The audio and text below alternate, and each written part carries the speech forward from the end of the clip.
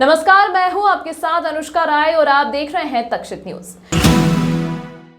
मुख्यमंत्री डॉक्टर मोहन यादव के पहले आदेश के बाद इंदौर में नगर निगम की टीम ने कार्रवाई करते हुए शहर के मांस मटन विक्रेताओं पर कार्रवाई शुरू की और शहर के कई इलाकों में बिना अनुमति के संचालित दुकानों पर कार्रवाई की। इंदौर नगर निगम द्वारा मुख्यमंत्री डॉक्टर मोहन यादव के द्वारा पहली बैठक में दिए गए आदेशों का पालन करते हुए शहर के बीच अवैध रूप से मांस मटन की दुकानों पर कार्रवाई की और सड़क किनारे चल रही दुकानों पर चालानी कार्रवाई करते हुए दुकानदारों को दुकानें हटाने के निर्देश दिए। नगर निगम की ओर से सीएसआई और मांस प्रभारी ऋषि सिंह ने बताया कि मुख्यमंत्री के आदेश के बाद कार्रवाई 15 दिसंबर से जारी की जाएगी, लेकिन निगम ने 2 दिन पहले ही कार्रवाई शुरू करते हुए अवैध रूप से मांस विक्रित करने वाले दुकानदारों पर कार्रवाई शुरू कर दी है और शहर में करीब 50 से ज्यादा अवैध दुकानों पर कार्रवाई की है और यह कार्रवाई आगे भी जारी रहेगी। जी, मुख्यमंत्री जी के भी आदेश हैं और ये जो कार्रवाई की जा रही है ये किसी प्रकार की अवैध तो नहीं कह सकते, क्योंकि फुटपाथ वगैरह पे दुकान लगा लेते हैं ये और अपना व्यापार करने लग जाते हैं, जिससे भी किसी प्रकार की सभी नागरिकों को भी समस्या रहती है। सभी धार्मिक लोग बाग जो रहते हैं, जो नॉनवेज का उपयोग नहीं करते हैं, उनको भी समस्या आती है, इसलिए कार्रवाई को बड़ी की जा रही है और बिल्कुल पूरे शहर में जितनी भी इस प्रकार की दुकानें चल रही है इनको बंद किया जाएगा। इंदौर शहर कांग्रेस ने अगले सभी चुनाव बैलेट पेपर से करने की मांग करते हुए काली पट्टी बांधकर मौन प्रदर्शन किया।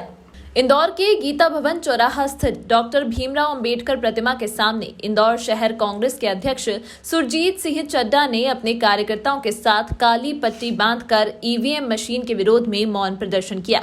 मीडिया से चर्चा करते हुए सुरजीत सिंह चड्डा ने बताया कि हाल ही में हुए मध्य प्रदेश विधानसभा चुनाव में जिस तरह से कांग्रेस को हार और भारतीय जनता पार्टी को जीत मिली है, वह कहीं न कहीं संदेह पैदा करती है, क्योंकि जनता कांग्रेस के पक्ष में थी और परिणाम कांग्रेस के विरोध में आए। इसलिए हम ईवीएम चुनाव कराने का विरोध करते हैं और आने वाली सभी प्रकार के चुनाव बैलेट पेपर से हों, ऐसी हम चुनाव आयोग से मांग करते हैं।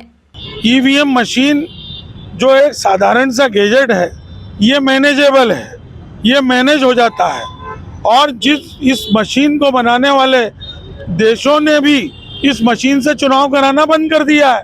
तो कांग्रेस पार्टी मांग करती है कि आप ईवीएम को हटाइए, ये एक साधारण गैजेट है जो मैनेजेबल है।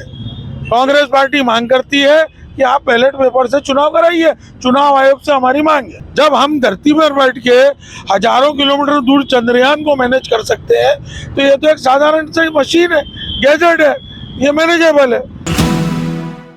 केंद्रीय परिवहन विभाग ने कोर्ट के निर्देश पर मध्य प्रदेश सहित देश भर में चलने वाले सभी वाहनों के लिए हाई सिक्योरिटी नंबर प्लेट लगवाना अनिवार्य किया है। यदि आपके वाहन पर हाई सिक्योरिटी नंबर प्लेट नहीं है तो 15 दिसंबर के बाद आपके वाहन का चालान बन सकता है। देश भर में चलने वाले वाहनों की सुरक्षा और उनकी चोरी या किसी अन्य तरह के उपयोग से बचाने के लिए वाहनों पर एल्यूमिनियम से बनी हाई सिक्योरिटी नंबर प्लेट लगाना अनिवार्य किया गया है। उच्च न्यायालय सहित सड़क परिवहन और राजमार्ग मंत्रालय के निर्देशों के अनुसार देश में 1 अप्रैल 2019 से पूर्व खरीदे गए सभी श्रेणी के वाहनों में HSRP नंबर प्लेट अनिवार्य रूप से लगाया जाना है। हाल ही में परिवहन विभाग ने 15 दिसंबर तक हाई सिक्योरिटी नंबर प्लेट लगाए जाने के निर्देश जारी किए हैं। इसके बाद यदि किसी वाहन पर हाई सिक्योरिटी नंबर प्लेट लगी हुई नहीं मिलती है तो चालानी कार्रवाई की जाएगी। ये जो प्लेट रहती है, इसको जैसे सामान्य प्लेट को आप तोड़ के निकाल सकते हैं, है ना। इन प्लेटों को तोड़ा नहीं जा सकता। इनको जैसे ही आप करेंगे तो मतलब प्रॉपर पंच होती हैं। ये हर प्लेट का अपना यूनिक नंबर होता है जिससे उसकी पहचान होती है। उसमें जो यूनिक नंबर है वो किसी दूसरे HSRP प्लेट का नहीं हो सकता और इससे हम तत्काल ये समझ सकते हैं गाड़ी पे किसी तरह का कोई प्लेट पे कोई छेड़छाड़ तो नहीं की गई है। अब वो ये वन नेशन वन सिस्टम जैसा है। जैसे क्या होता है, अभी जो सामान्य नंबर प्लेट है वो लगा के आप दूसरे स्टेट पे जाएंगे तो वो जो वाहन पोर्टल चलता है सेंट्रल गवर्नमेंट का NIC के थ्रू, तो अगर वहाँ की पुलिस या वहाँ के RTO देखना चाहेंगे तो इस प्लेट को रिकॉग्नाइज नहीं कर सकते वो। लेकिन जैसे HSRP प्लेट लगती है उसके बाद सिस्टम में वाहन पोर्टल में उसकी एंट्री हो जाती है, तो कहीं से भी कोई भी पुलिस ऑफिसर हो, कहीं का भी RTO अधिकारी हो, वो उस प्लेट को देख के समझ लेता है कि हाँ ये गाड़ी यही है, उसकी पहचान हो जाती है। नहीं तो बहुत सारे स्टेट में क्या है, आप गाड़ी लेके जाओगे पेनाल्टी लगा देते हैं वो, तो उससे भी बचेंगे इससे। विधानसभा चुनाव 2023 खत्म होते ही निर्वाचन कार्यालय ने अपनी अन्य प्रक्रियाएं प्रारंभ कर दी हैं। खराब ईवीएम को रिपेयरिंग के लिए बेंगलुरु भेजा जा रहा है, जबकि चुनाव में उपयोग की गई ईवीएम को 45 दिनों तक वेयरहाउस में रखा जाएगा। चुनाव प्रक्रिया संपन्न होने और आचार संहिता खत्म होने के बाद निर्वाचन कार्यालय ने मशीनों को रिपेयरिंग के लिए भेजना प्रारंभ कर दिया है। इंदौर के वेयरहाउस में इंदौर उज्जैन संभाग के सभी जिलों से खराब ईवीएम लाई गई थी। इंदौर में करीब 150 मशीनें खराब निकली थी, जबकि दोनों संभाग से 700 से अधिक ईवीएम हैं, जिन्हें रिपेयरिंग के लिए बेंगलुरु भेजा जा रहा है। उप जिला निर्वाचन अधिकारी राजेंद्र रघुवंशी ने जानकारी देते हुए बताया कि भारत निर्वाचन आयोग के निर्देश पर इन मशीनों को बेंगलुरु भेजा जा रहा है। अब जो ईवीएम डिफेक्टिव निकली थी, हमारे यहाँ द्वारा जो एफएलसी की जाती है, कमीशनिंग की जाती है, मॉकपोल होता है, इसके दौरान जो ईवीएम ख़राब हो जाती है, उसमें किसी प्रकार की कोई एरर आ जाती है, तो वो मशीनें सब डिफेक्टिव मशीनें हो जाती है। वो इन सब मशीनों को 7 से 10 दिन के अंदर जो काउंटिंग होती है, काउंटिंग से 7 से 10 दिन के अंदर बेंगलोर भेजा जाता है ताकि उनकी रिपेयरिंग हो जाए। इंदौर की यदि अपन बात करें तो इंदौर में 99 CUBU है और लगभग नहीं तो 55-56 के लगभग वीवीपैट है। इस प्रकार लगभग 150 ईवीएम इंदौर से जाएगी और यहाँ पे इंदौर से नहीं, पूरे संभाग, इंदौर संभाग और उज्जैन संभाग से ईवीएम बुलाई जा रही है। रतलाम मंडल में ब्लॉक के कारण रेलवे ने कई ट्रेनों को निरस्त किया। इंदौर से चलने वाली 2 ट्रेन भी हुई प्रभावित। यात्रियों को उनके पैसे रिफंड किए जाएंगे।